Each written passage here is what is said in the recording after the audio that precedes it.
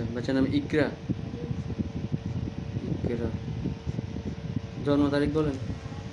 জানুয়ারি 6 তারিখ 2024। 6/1/24। আচ্ছা, বাবার নাম মোহাম্মদ ইলিয়াস। ইলিয়াস। ইলিয়াস। ইলিয়াস। আচ্ছা, মায়ের নাম ফাতেমা। ফাতেমা। কোন গ্রাম? বাদেশ্বর কোনারবাড়ি। 15